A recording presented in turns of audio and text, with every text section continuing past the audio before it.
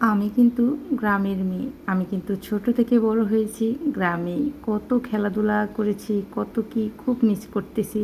কিন্তু এখনও যদি বাড়িতে যাই আমার সেই ছোটোবেলার কথা মনে পড়ে যায়।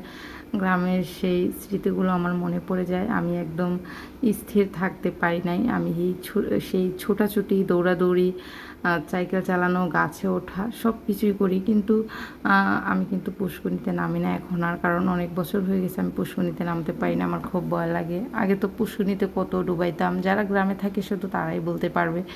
তারপরে এই যে ক্ষেত দেখতেছেন, এটাকে গ্রামের ভাষায় ক্ষেত বলে। তো ক্ষেত হচ্ছে কি, যখন অনেক বৃষ্টি হতো পানি হয়ে যেত, তো পানিতে কিন্তু ছোটোবেলা আমরা ডুবাইতাম, অনেক ভালো লাগতো। অনেক বৃষ্টি হলে আমরা এই বৃষ্টির মধ্যে দিয়ে খেতে এসে অনেক ডুবাইতাম, অনেক ভালো লাগতো। তখন অনেক পানি থাকতো, মানে ভরপুর পানি থাকতো, রাস্তায়ও পানি উঠে যেত। তো এখন আর ওইরকম হয় না, পানি উঠে না, তারপরে রাস্তাও ডাবে না। যাই হোক, আমার না গ্রামে গেলে খুব ভালো লাগে, বিশ্বাস করেন। শুধু আমার না, সবাই গ্রামের পরিবেশ পছন্দ করে। এই যে দেখেন, সবুজ শ্যামল পরিবেশ কার না ভালো লাগবে বলেন। এত সুন্দর পরিবেশ, এত শান্তি লাগে নিঃশ্বাস নিতে, বিশ্বাস করেন। শুধু যারা গ্রামে থাকে তারাই বলতে পারবে, যারা শহরে থাকে তারা এগুলো বলতে পারবে না। কিন্তু দেখে খুব মিস করে, হয়তো বা ভাবে যে গ্রামে হয়তো বা ভালো লাগে না, বা অনেকে ভাবে হয়তো বা গ্রামে অনেক ভালো লাগে। আসলে কিন্তু গ্রামে অনেক ভালো লাগে। যারা গ্রামে থাকে শুধু তারাই বলতে পারবে। টাটকা পুষ্করণী থেকে মাছ ধরে খায়, তারপর আবার আপনার টাটকা শাক সবজি সব কিছুই কিন্তু তারা টাটকা টাটকা খায়। আমরা যারা শহরে থাকি, আমি তো এখন বর্তমানে শহরে থাকি, তো আমার একেবারে বন্দি হয়ে থাকি। আমার মাঝে মধ্যে হাঁপিয়ে যায়, আমি দৌড় মারি বাড়িতে। বাড়িতে দৌড়িয়ে গিয়ে আমি যে কী করব না করব দিশা পাই না। আমি মানে মনে হয় যেন আমি জেলখানা থেকে ছুটি পাইছি, এরকম লাগে। তো যাই হোক, আমরা যারা গ্রামে থাকি আমরা হচ্ছে গিয়ে টাটকা শাকসবজি খাইতে পারি না।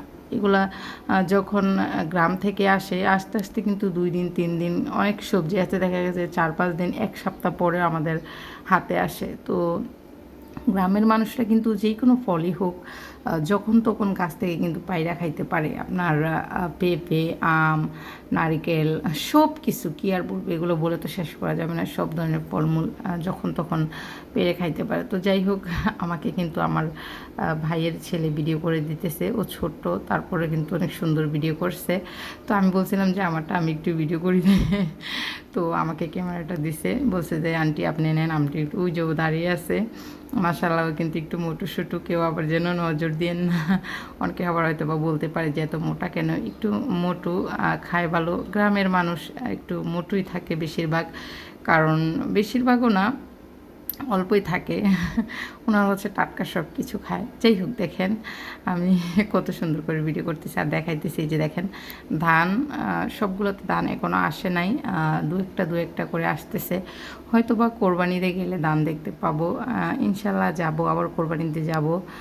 তো তখন আপনাদের সাথে অনেক সুন্দর সুন্দর ভিডিও কিন্তু শেয়ার করব। আপনারা কিন্তু আমার সবসময় ভিডিওগুলো দেখবেন, সাপোর্ট করবেন।